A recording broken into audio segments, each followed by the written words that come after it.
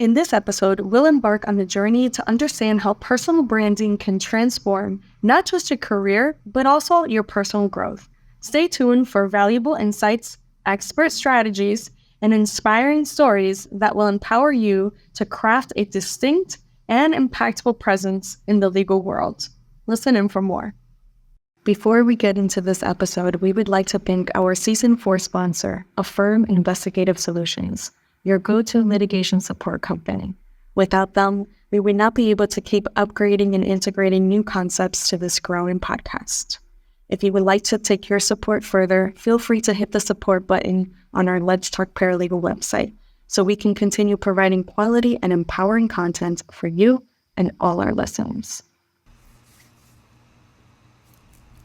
Hey guys, it's your girl Etta, and welcome to the Let's Talk Paralegal podcast. On this episode, we're going to talk about the power of personal branding for paralegals, what that looks like, and what is it.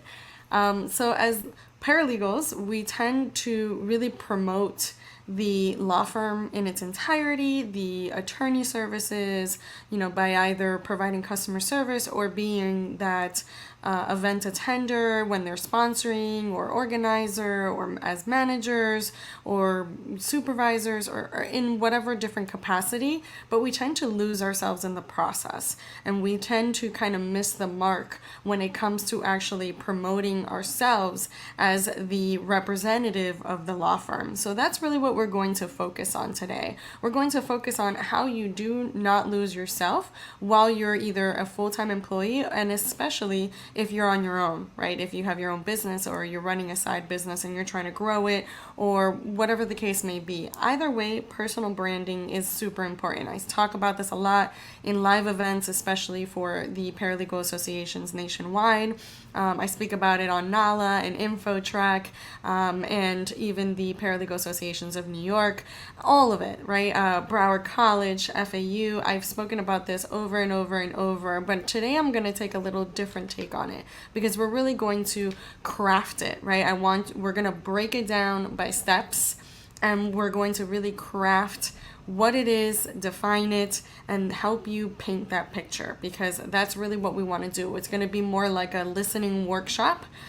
So get your pen and paper ready. If you're driving, that's fine. Listen to it while you're driving, but then re-listen to it when you can write down this information. Or grasp it, because I really want you to take this episode in. This is really important to me, especially with our new Limitless Paralegal program that's launching next year. I definitely want this to be a main focus for you guys. So we're going to craft your legal identity, and the first step is defining that personal brand, right, for you, and explaining the relevance, right? Why is this so important? And really defining it and discussing the importance of strong personal brand and enhancing that credibility and really open up career opportunities, right? Because that's really what this is about. It's open to opportunities, whether it's a promotion within the law firm you're working with, or a law firm that you have your eye on, or an opportunity comes to you because you're being so upfront and personable regarding your next steps. And that's really where I want you to be. Whether you're at the beginning of your legal career, whether you're in the middle, or whether you're towards a seasoned, right? I never say the end, but you're seasoned and you're pretty much feel capped out. This is really going to be a pivotal moment for you, really defining what your brand is. And so how we can do that are the next steps that I'm going to give you. But your personal brand is you, who you are as a person mixed in with who you are as a professional, because we all know our personality is always going to naturally come out regardless of where we're at. I am a very wildflower personality, very fiery, even though I'm a Virgo and we're supposed to be super grounded. So I don't know where that comes from, but it's probably the Hispanic in me that comes out every once in a while. And I'm very opinionated, as my friends love to remind me on a day-to-day basis. So that's me as a person, regardless if I'm a professional or if I'm in my personal world. So my brand is very eccentric. It's very non-traditional, and I like to keep it that way. My outfits come out that way. Our new lipstick that came out from Lip Lab, shout out to Lip Lab. No, they're not sponsors, but I enjoyed my experience with them. So check out the Etta Enterprise red that we created at the Lip Lab in Nashville. But definitely, I want you guys to create your way, right? Create your path, because sometimes we get stuck in the mindset that the opportunity is just going to come to us. That promotion is naturally going to gravitate to us. The supervisor is just going to come to us and be like, yeah, you're promoted. And sometimes that's not the way it is. I mean, yeah, once in a blue moon, of course, we get that opportunity. The supervisor sees our hard work and hears the reviews and the references from the clients and the colleagues, and maybe one of your colleagues is really opinionated as well, like I am, and says, what, you should really promote this person, they really deserve it, and that's great. But that's not the norm, right? We all know that they either want to hire somebody from the outside because they don't really know what they have, so you have to make it known. And this is really what this episode's about. You have to make yourself known. You have to create that brand and build it and craft it, okay? So let's go on to the next step. Your first step was brainstorming, really defining what that brand's going to look like, what you want it to look like. Because sometimes our personality and the brand that we want to create do not match. Some people do want to be more out of the box. Some people want to be more extrovert, less introvert. Some people want to be opposite. Some people are too extrovert and want to be a little less introvert. So sometimes our personality and our brand maybe don't coincide with each other. And that's really what this is about. We are identifying your unique value and proposition. So this is step 2, identifying your unique value and your proposition. What does that mean? I want to guide you in identifying those unique skills, strengths, and qualities. Anybody can have your education. Anybody could have had a paralegal studies program accredited by ABA. Anyone could pass the NALA certification or any other certifications to, for your continuing legal education and get certified by a association or organization. Some people can be members of the same organization and bar that you guys are part of, right? All these are things that are accessible to a paralegal that is willing to dedicate themselves and dedicate their careers to the industry, right? So understanding that is really important. I want you guys to identify that there are other people out there that pretty much have the same credentials. Now, this is a difference, and hear me loud and clear. Identifying your unique value and proposition does not equate to your credentials. That is what you are on paper, right? That is what your resume will state, that you are certified and accredited by this organization, that you've done certain degrees under a certain institution. And that's all fine and dandy, and that's amazing because that solidifies that you can pretty much be in you have your foundation, right? You can be in this institution, grasp the foundational concepts, but what have you done outside of that? What have you enhanced, and what have you crafted with that foundation? What have you created within that foundation? So for example, I'll give you my story. I was a billing clerk. I started the legal industry as a billing clerk because that's what I did for an air conditioning company for over 5 years. And so they hired me because of my billing clerk abilities, my accounting abilities, numbers. I was able to type really fast and create invoices and create profit and loss and create all of it, right?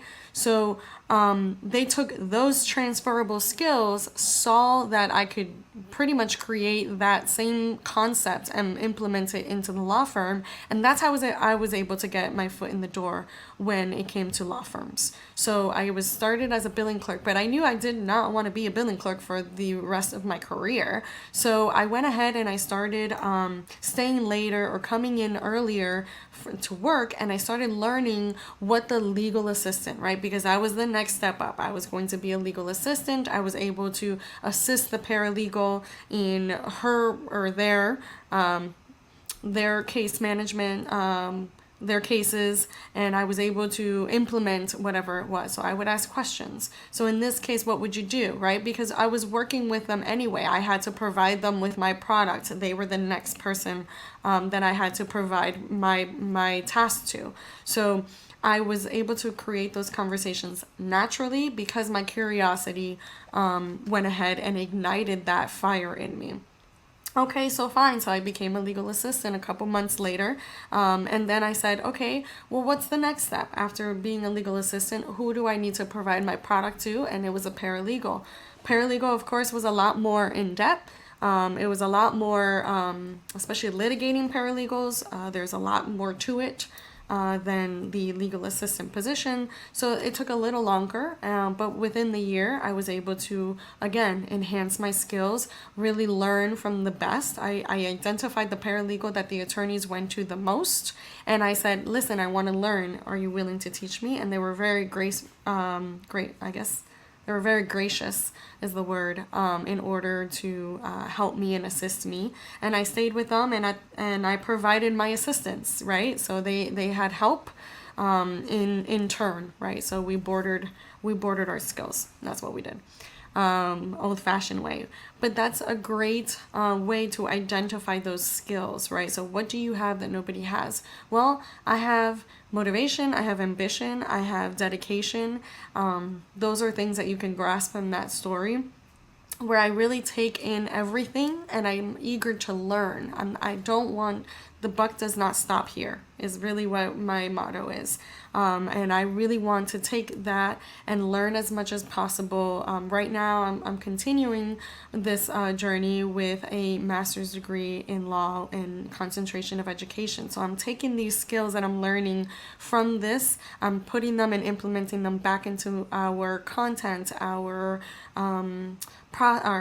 services, our products, everything that we're creating new is because of what I'm learning in the classroom. I'm taking that further and I'm doing more research, asking more questions to the professors, getting more resources, receiving more information, reading more books outside, because that's who I am. I love to learn, and I like to take that and turn it into something more so that I can pass it forward to my other legal professionals around me. And that's, it shows, right? So that ambition, that motivation, that eagerness to learn is really reflective, and it really shows. So that's a unique value that I have. I take the skills that are already ingrained in me and I just naturally enhance them and create magic. Okay, so identify those things. What is yours? If you're a true leader and you like to lead a group, and you're always that go-to person that everybody wants to, learn from, or that is a unique value that you have. Not everybody has that. When you want to enhance something, or you want to, create something more, create a process, when you identify an issue and you just fix it. Well, not everybody has that. We have different levels of, not intelligence, just different levels of skills and value, right? So understanding that if you're just a tasker, there's nothing wrong with being a tasker. If you just like to have a task, complete it, and move on, well, that's a unique value, right? That is something that you have that not a lot of people have either. So identifying that is really going to be key to step 3. And step 3 is developing the consistent online presence, because you have to, 1, define your personal brand, and 2, you have to identify your unique value before you can actually do a development of a consistent online presence. I suggest that you only choose one platform at a time. Once you have all the ins and outs of that platform and you've created a system where it can be consistent and it can be on its own, then you move on to another platform, and so on and so forth. Because what's happening is, we all know, multitasking decreases productivity by 40%, and you don't want that. You want to have all your ducks in the same lane and in the same row. We don't want to divide and conquer. This is not a divide and conquer episode, and it's not a divide and conquer example. This is really where you want to hone in on one platform. I suggest the platform that you're most comfortable with and the platform that you mostly use on a daily basis. That first platform that you click on your phone or on your computer or whatever it is, whether it's Instagram, whether it's LinkedIn, whether it's Facebook, whatever platform you like to utilize the most. TikTok, there's plenty to choose from. X, which used to be Twitter. All of these platforms, whatever it is that you feel most comfortable with, pick one. Then learn it to the fullest. How can I monetize this? By monetize, I don't mean financially. You're not going to become an overnight success. That just doesn't happen. I'm going to be real with you. But by understanding that the consistency is the key, but before you even get consistent, before you even pick a platform, you have to know what you're going to talk about, what that brand's going to look like, and what that value that you bring to the table it looks like, and what is it. And that's what you're going to focus on. That's really what you're going to do. And this is going to bring you to, after you pick your software or your platform, it's going to bring you to step number 4, which is showcasing that, right? Showcasing that expertise through your content. You have to first develop it and create like a nice little roadmap and use, for those of you that are full-time employees or that own a business or that have just a lot of tasks that are overwhelming, and this sounds overwhelming, there are a lot of softwares out there that can automate this, that will automatically post it at the same time every single day, whether it's Monday through Friday, whether it's weekends only, however you want to do it. That's whatever you feel most comfortable with. That's what you need to know. But there's plenty of software out there that will automate your post, so you don't have to worry about physically doing it on a day-to-day. Now, I will tell you the algorithm will eventually trigger that, and sometimes it's not really good. It's not really good for promotion-wise, but if you're just trying to get yourself out there and create a personal brand in general and not really looking to monetize yet, this is a great avenue for you. So find a software that's free. Do not start investing in this. There's plenty of softwares out there that are completely free that allow you to post automatically in that one platform, 2, 3, whatever, eventually, automatically at the same time, same day, all the good stuff. All right. And you can also, once you get eventually to multiple ones, there are other ones again that are free that you can do the same thing on multiple platforms. So that's really makes your life easier. Automation is amazing. And check out our episode about the importance of automation. I'll add the link down below so you guys can easily get to it. But I have a whole episode on automation and the importance and how to do it and how to implement automation in your day-to-day basis. So definitely back to step 4, showcasing the expertise through your content. So my unique value is creating magic from skills that people think they know, right? So I talk a lot about ethics, but I bring it in a different way. I bring it to where people are like, I never really thought about that. Oh my goodness, as a paralegal, we don't really do case law that often. And if we do, it's already provided to us and all the good stuff, and we don't really need to do that much research. Well, you do. The more research you do, the better. So creating that, right? Creating that magic formula for yourself is really going to help you in showcasing that expertise. So hone in on what you really know, what you can take and create magic. And then that's the content that you're going to do. And that's the content that you're going to showcase. All right, which brings us to step number 5. So how are you going to promote this content, right? Hey, I posted every single day, but there's not really much engagement. I don't really see much other than a few hashtags here, at signs there, and, mentions here and all that great stuff. But how do I get people to actually engage and share my content and grow my listeners and grow my audience? Well, great option for step number 5, networking and building relationships. You have to go on other people's platforms, whether that's following someone that really inspires you and that you really enjoy their content. You go in there, you make a few comments, valuable comments. Don't say that's great, absolutely, I agree. No, add value to the content. You know what? That is amazing. I completely agree with you because, and then you add your 2 cents. And it could be a 1-sentence thing. Again, this is not this is not rocket science. It has to be natural. It has to come from you. That's why I'm telling you, focus on your expertise. Focus on your unique value. If you don't know what that is, start analyzing your situation. Start really asking those questions and really writing it down and brainstorming, right? That was step 1 and 2, brainstorming, creating that roadmap for you. And networking and building relationships are only going to help you career-wise as well. Hey, we're looking for a paralegal that does this, this, and this. Oh my goodness, I follow this person online. She's amazing, or they're amazing, and they create great content. I feel like they can add that value to this law firm. Boom. You didn't do anything. All you did was create content, and people love it. And that's really what networking and building relationships is all about. So cross-platforming, creating that relationship and building those relationships, honest relationships. You got to be true to yourself. You got to be true to the brand. If not, it's just not going to work.